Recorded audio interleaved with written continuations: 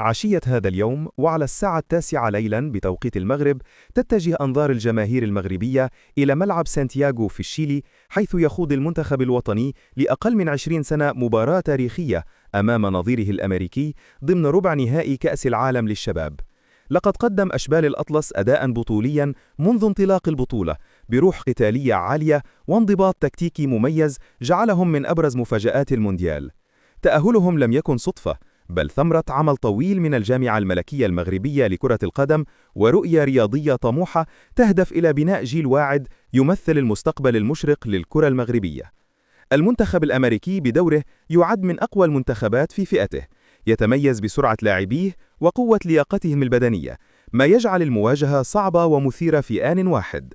غير أن أبناء المغرب أثبتوا في أكثر من مناسبة أنهم لا يخشون الكبار، بل يصنعون المجد أمامهم.